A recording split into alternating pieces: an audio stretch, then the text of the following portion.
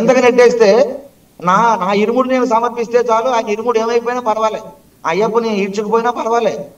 ఏమి హిందుత్వం చెప్పండి? ఏమి హిందూ అయ్యప్ప భక్తులు మనం? ఏమి హిందూ ధర్మాన్ని మనం పాటిస్తున్నాం? మన హిందూ ధర్మంలో, మన దేవీ దేవతల్లో ఆయుధాలు పట్టినటువంటి ఒక్క దేవుడిని చూపించండి.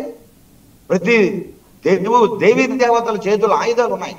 ఒక బ్రహ్మగారి చేతుల్లో ఆయుధాలు లేవనే కదా ఆయన గుడి లేకుండా చేసేద్దాం. మన ఋషులందరూ కూడా, అయ్యా బ్రహ్మ, నువ్వు మహానుభావుడివే, నువ్వు చతుర్ముఖ బ్రహ్మవి, నీ 4 వేదాలు కూడా కష్టం వచ్చేటప్పుడు రక్షించలేవయ్యా, నీ గుడి లేదని పక్కన పెట్టేశారు.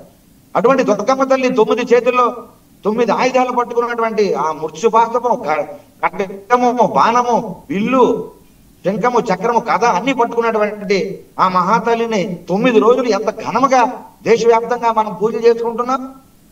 కాబట్టి అటువంటి హిందువులు ఈరోజు ధర్మానికి గ్లాని కలిగేటప్పుడు మనం అందరం కూడా బయటికి రావాలి. కేవలంగా మన మాటలు చెప్పుకొని కూర్చుంటున్నాం అంతే. మన మాటలతో మనం సరిపెట్టుకుంటున్నాం, కార్యోన్ముఖులు మనం కాలేకపోతున్నాం. ఈ రాష్ట్రంలో, తెలుగు రాష్ట్రాల్లో హిందూ సంఘాలకి లోటు లేదు, ఓ పుట్టగొడుగులా ఉన్నాయి. ఏది హిందూ సమస్యల మీద మన గలం ఎక్కడికి పోతున్నాం? ఎవరైనా పిలిచి మాట్లాడమంటే మాట్లాడుతున్నాం, అక్కడికి అయిపోయి అంతే.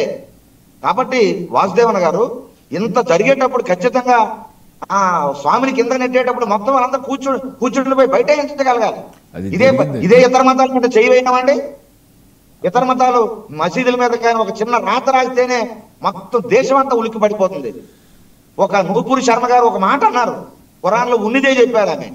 అటువంటిది ఆ అమ్మ మీద మొత్తం ప్రపంచం అంతా ఒకటి అయిపోయింది. ఏది మన హిందువులు మనం ఎందుకు సంఘటితం కాలేకపోతున్నాం? కాబట్టి ఇప్పటికైనా వాసుదేవన్ గారు, కళ్ళెదురు జరుగుతుంది. ఈ రోజు ఇరుముడిని తొక్కారు, రేపు అయ్యప్ప స్వామిని కూడా తొక్కేస్తారు, ఆ విగ్రహం కూడా తీసి పడేస్తారు పక్కనే. అయ్యప్ప ఇక్కడ లేడు, ఎవడో పట్టుకుపోయాడు, ఎవడో దొంగలు వచ్చారు, అయ్యప్ప స్వామి విగ్రహం పట్టుకెళ్ళిపోయి చూపెడతారు కేరళ ప్రభుత్వం. ఎందుకని? మనం పిచ్చివాడు, మన చేతకాడు వేటగాడు చేతకాడిన వాడైతే లేడులు గొంతులు వేస్తాయి, పెద్దలు చెప్తారు సామెతలు.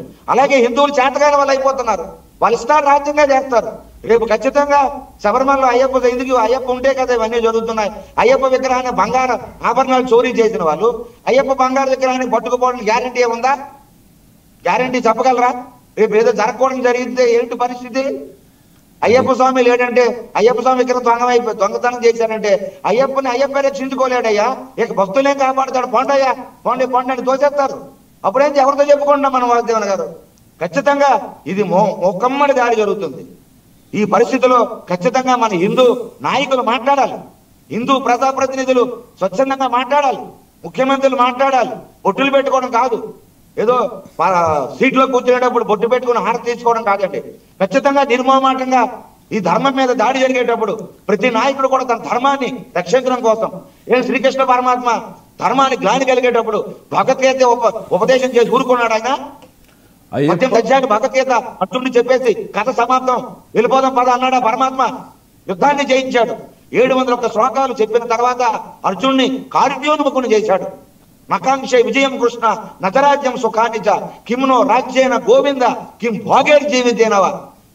నాకు విజయం వద్దు, ఐశ్వర్యం వద్దు, నాకు రాజ్యం వద్దున్నాయి. అది ధర్మాన్ని పక్కన పెట్టేసి చెతికిలు పడినటువంటి అర్జునుడిని కార్యోన్ముఖుని చేశాడు. ధర్మాన్ని రక్షించేటటువంటి ఒక వీరుడుగా, సూర్యుడిగా తయారు చేశాడు కృష్ణ పరమాత్మ. యుద్ధం చేయించాడు. అలాగే మన దుర్గా శ్రీరామ్ గారు చెప్పేటట్టుగా ప్రతి దేవుళ్ళు కూడా యుద్ధాలు చేశారు. అయ్యప్ప స్వామి మహిషితో పోరాడాడు, మహిషిని మర్దన చేశాడు, అదే కదా ఆయన అవతారం. అటువంటి సుబ్రహ్మణ్య స్వామి అవతారం, ఆ గణపతి అవతారం, మూషికుడిని సంవరించాడు. ఇలాగ అన్ని అవతారాలు అవే కదండి వాసుదేవన్ గారు. ఈ రోజు మనం ఇంత జరిగేటప్పుడు ఖచ్చితంగా అదే ఇతర మతాలు జరిగితే అన్ని ఒకసారి మీరు చూడండి. వక్ఫ్ బోర్డు విషయం మాట్లాడేసరికి కేంద్ర ప్రభుత్వం భారతదేశంలో ఉండే ప్రతి ముస్లిం కూడా పార్టీలకు అతీతంగా బయటకు వచ్చి మాట్లాడారు. మన హిందువులు ఏం మాట్లాడలేకపోతున్నారు నాయకులు, మన ముఖ్యమంత్రులు ఎందుకు మాట్లాడడం లేదు? నేను పూజించేటటువంటి నా సనాతన ధర్మానికి ప్రత్యేకమైనటువంటి అయ్యప్ప స్వామికి అవమానం జరిగింది. ఇరుముడు తొక్కడం అంటే ఆ స్వామి తాలకు ఇరుముడిని అపవిత్రం చేయడం కాదు వాసుదేవన్ గారు, అయ్యప్పనే తప్పు పట్టడం, అయ్యప్ప అవతారాన్ని, అయ్యప్ప పుణ్యక్షేత్రాన్ని అపవిత్రం చేయడం, మన హిందూ ధర్మాన్ని తొక్కేయడం. వెంకటేశ్వర స్వామికి అపచారం జరిగితే అది హిందూ ధర్మానికి అపచారం. ఒక అయ్యప్పకి జరిగిన, అమ్మవారికి జరిగిన, శివుడికి జరిగిన అది హిందుత్వానికి అపచారం అని. ఇటువంటి సమయంలో మన ప్రజాప్రతినిధులు దయచేసి మాట్లాడాలి. ప్రభుత్వాలు నడిపించేటువంటి పెద్దలు దిగ్గజాలు బయటికి రావాలి. రైట్. మీరు ఒకసారి మాట్లాడితే కదా ఇది విలువ ఉంటుంది. డాక్టర్ భాస్కర్ రాజు గారు మాట్లాడతారండి. భాస్కర్ రాజు గారు ఏమన్నా సొల్యూషన్ ఉందా? ఎందుకంటే ఇప్పుడు ఆయన స్వయంగా అక్కడికి వెళ్ళారు, ఆయన ఎదుర్కొన్నారు, కొంత ఆందోళన చేశారు, ఈయన్ని డిటైన్ చేశారు, ఈయనతో పాటు కనీసం ఒక 100 మందిని డిటైన్ చేశారు, ఒక రోజు ఉంచారు. ఇది ఇవాళ జరిగిందే ఆయన పోరాడారు. సో దీనికి ఒక సొల్యూషన్ ఉండాలి కదా. అక్రాస్ ద కంట్రీ ఇట్లా చాలా ఆలయాల్లో జరుగుతున్నట్టు సమాచారం. రాష్ట్రాల పేర్లు చెప్పను కానీ ఇలా అన్యమతస్తుల ప్రమేయం ఉండటం, దాని ఎందుకు? ఇప్పుడు కమ్యూనిస్ట్ ప్రభుత్వం అయినంత దేవుడి మీద నమ్మకం లేకపోతే వాళ్ళ ఇష్టం, దాని మనం జోక్యం కూడా చేసుకోవాల్సిన అవసరం లేదు. మనం ఎందుకంటే డెమోక్రసీలో ఉన్నాం కాబట్టి.